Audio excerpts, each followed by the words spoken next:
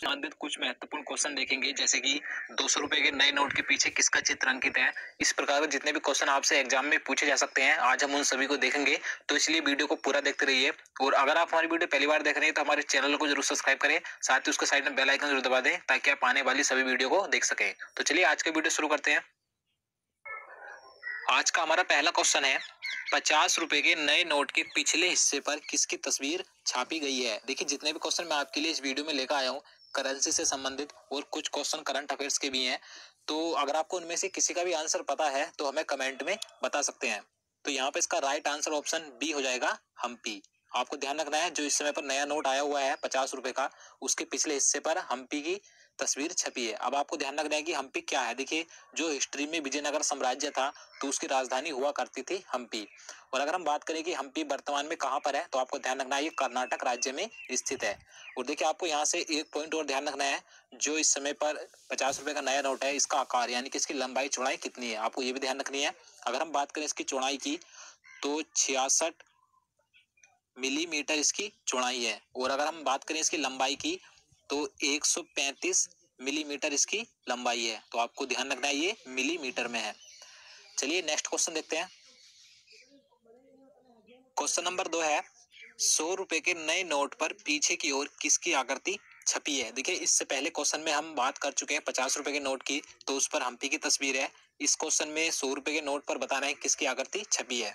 तो इसका right answer option D हो जाएगा, रानी की बाब। देखिए आपको ध्यान रखना है जो रानी की बाब है ये गुजरात के पाटन में स्थित है। तो 100 रुपए के नए नोट के पीछे रानी की बाब का चित्र अंकित है। तो आपको ध्यान रखना है। और देखिए अगर हम बात करें इसकी लंबाई चौड़ाई की तो 100 रुपए के नए नोट की जो चौड़ाई है 66 मिलीमीटर ही इसकी चौड़ाई है। और इसकी जो लंबाई है 142 मिलीमीटर इसकी लंबाई है। तो आपको ध्यान रखना है। तो चलिए नेक्स्ट क्वेश्चन देखते हैं। क्वेश्चन नंबर 3 है, भारतीय करेंसी नोट पर कितनी भाषा लिखी होती हैं। देखिए काफी अच्छा क्वेश्चन है ये, कई लोग इसमें कंफ्यूज भी हो जाते हैं। तो आपको ध्यान रखना है जो भारतीय करेंसी नोट होता है इस पर कुल 17 भाषाएं लिखी होती हैं। तो यहाँ पे इसका सही आंसर ऑप्शन डी हो जाएगा। देखिए आपको ध्यान रखना है कि अगर आपसे एग्जाम में क्वेश्चन घुमा फिरा कर पूछा जाए कि भारतीय करेंसी नोट पर पीछे की ओर जो बॉक्स बना होता है आपने देखा होगा इसमें कितनी भाषाएं लिखी होती हैं, तो इसमें जो कुल भाषाएं लिखी होती हैं 15 भाषाएं होती हैं। और इंग्लिश और हिंदी को लगाकर पूरे नोट पर 17 भाषाएं होती हैं। तो आपको ये सभी ध्यान रखना है। तो चलिए नेक्स्ट क्वेश्चन देखते हैं। 200 रुपए के नए नोट पर पीछे की ओर किसकी आकृति बनी हुई है। देखिए इससे पहले हम 50 रुपए के नोट और 100 रुपए के नोट की बात कर चुके हैं, तो मैं आपको एक बार से फिर से बता देता हूँ। 50 रुपए के नोट पर हम्पी का चित्र अंकित है और 100 रुपए के नोट पर रानी की बाब स्थित है। अगर हम बात करें 200 रुपए के नोट की तो आपको ध्यान रखना है सांची का स्तूप का चित्र अंकित है। तो यहाँ पे इसका सही आंसर ऑप्शन सी हो जाएगा, सांची का स्तूप। आपको ध्यान रखना है। और देखिए 200 रुपए के नोट की जो लंबाई चौड़ाई है इसकी चौड़ाई 66 मिलीमीटर इसकी चौड़ाई है। आपको ध्यान रखना है जो सभी नोट है उनकी जो चौड़ाई है लगभग 66 मिलीमीटर सभी नोटों की चौड़ाई है। और इसकी लंबाई 146 मिलीमीटर है। आपको ध्यान रखना है। नेक्स्ट क्वेश्चन देखते हैं। क्वेश्चन नंबर 5 है, 500 रुपए के नए नोट पर पीछे की ओर किसकी आकृति छपी हुई है। देखिए आप इसका आंसर ऑप्शन देखकर भी लगा सकते हैं क्योंकि 3 ऑप्शन ऐसे हैं, मैं आपको पहले भी बता चुका हूँ। तो यहाँ पे इसका राइट आंसर ऑप्शन ए हो जाएगा, लाल किला। जीजू पेटीएम कर रहा हूँ। पेटीएम केवाईसी नहीं कराया मैंने। ना पेटीएम केवाईसी चाहिए ना वॉलेट, बस आपका फोन नंबर चाहिए। पेटीएम पे नंबर डाला और पैसे सीधे भैया के बैंक अकाउंट से आपके बैंक अकाउंट में। हमेशा नुकसान ही कराइयो, दोनों का फायदा हुआ। 500 रुपए के नए नोट के पीछे लाल किले का चित्र अंकित, आपको ध्यान रखना है। और इसकी जो लंबाई चौड़ाई है 500 रुपए के नोट की 66 मिलीमीटर इसकी चौड़ाई है। मैं आपको बता चुका हूँ लगभग सभी नोटों की चौड़ाई 66 मिलीमीटर है और इसकी लंबाई 150 मिलीमीटर है। आपको ध्यान रखना है। नेक्स्ट क्वेश्चन देखते हैं। 2000 के नए नोट पर पीछे की ओर किसकी आकृति है। देखिए आपको बता रहे हैं कि जो 2000 का नोट आया था विमुद्रीकरण के बाद जो भारत में नोटबंदी की गई थी, तो इसके पीछे किसकी आकृति छपी हुई है।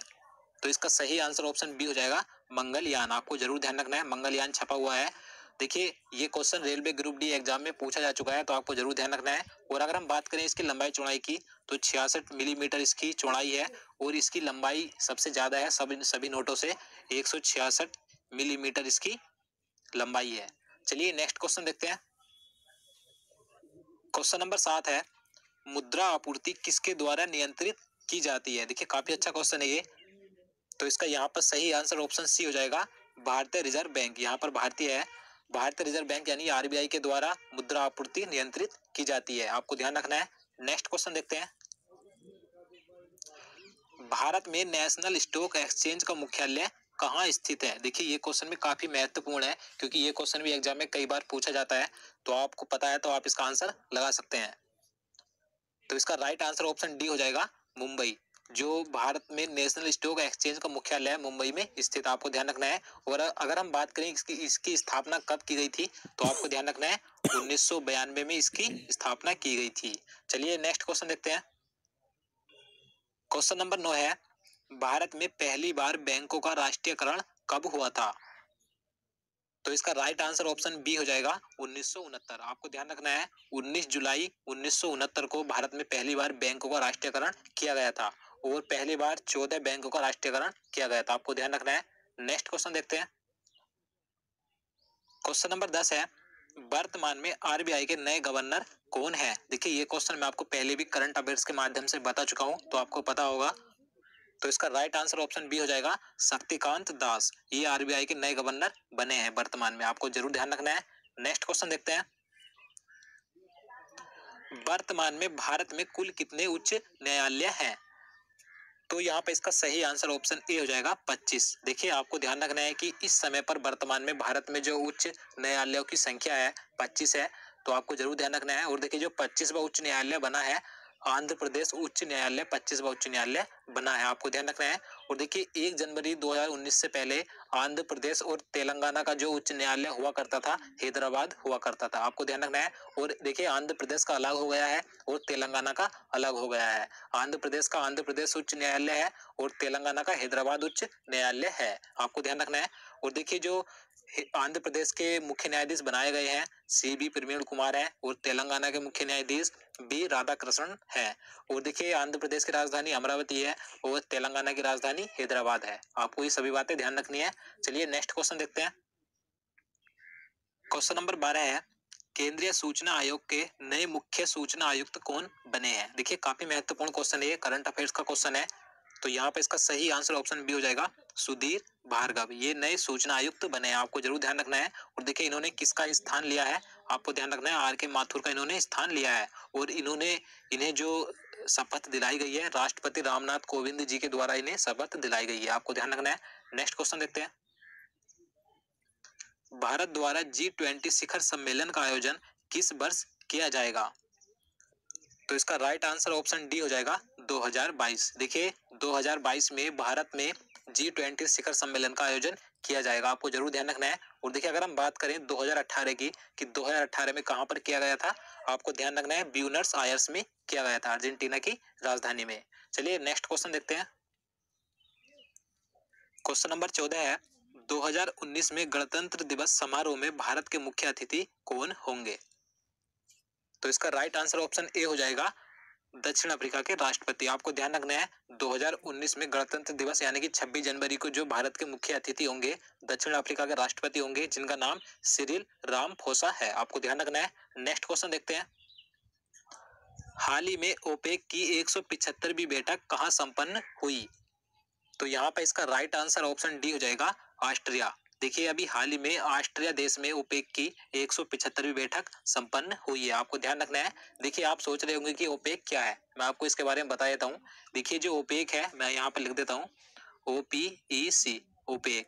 इसकी जो पूरी फुल फॉर्म होती है, Organization of the Petroleum Exporting Countries, आपको ध्यान रखना है। यानी कि पेट्रोलियम निर्यातक देशों का एक संगठन है ओपेक, इसमें 15 देश शामिल है इस संगठन में, आपको ध्यान रखना है। और देखिए इसका जो मुख्यालय स्थित है वियना में, इसका मुख्यालय स्थित है, आपको ध्यान रखना है।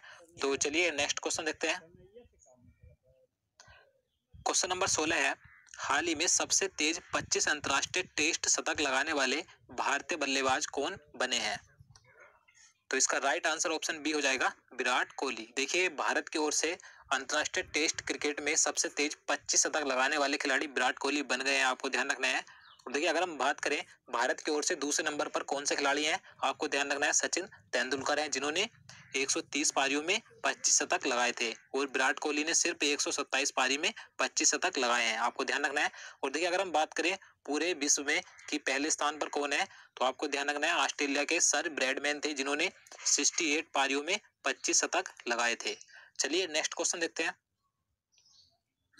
पशुओं के अधिकार के लिए लड़ने वाले संगठन पेटा इंडिया ने किसे पर्सन ऑफ द ईयर 2018 चुना है, तो इसका राइट आंसर ऑप्शन बी हो जाएगा सोनम कपूर। देखिए आपको ध्यान रखना है ये एक संगठन है पेटा इंडिया, ये पशुओं के अधिकार के लड़ने के लिए प्रत्येक वर्ष किसी व्यक्ति को चुनता है, तो 2018 में चुना गया है सोनम कपूर को, आपको ध्यान रखना है। और देखिए अगर हम बात करें 2017 की, तो 2017 में अनुष्का शर्मा को चुना गया था, तो आपको ये सभी ध्यान रखना है।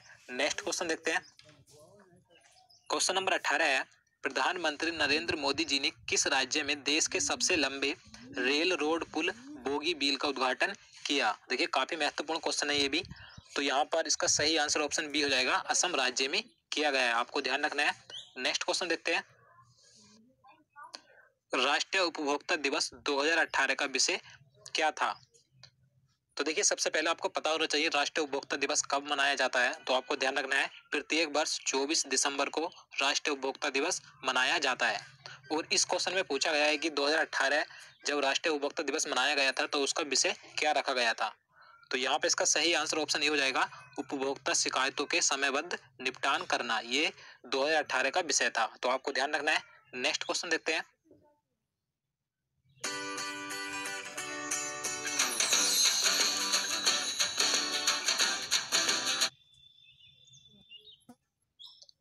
क्वेश्चन नंबर 20 है, भारत के किस राज्य में देश का पहला संगीत संग्रहालय स्थापित किया जाएगा, तो इसका सही आंसर ऑप्शन बी हो जाएगा तमिलनाडु। देखिए तमिलनाडु राज्य में भारत का पहला संगीत संग्रहालय स्थापित किया जाएगा, तो ये भी काफी महत्वपूर्ण क्वेश्चन है, तो आप इसे ध्यान रखिएगा।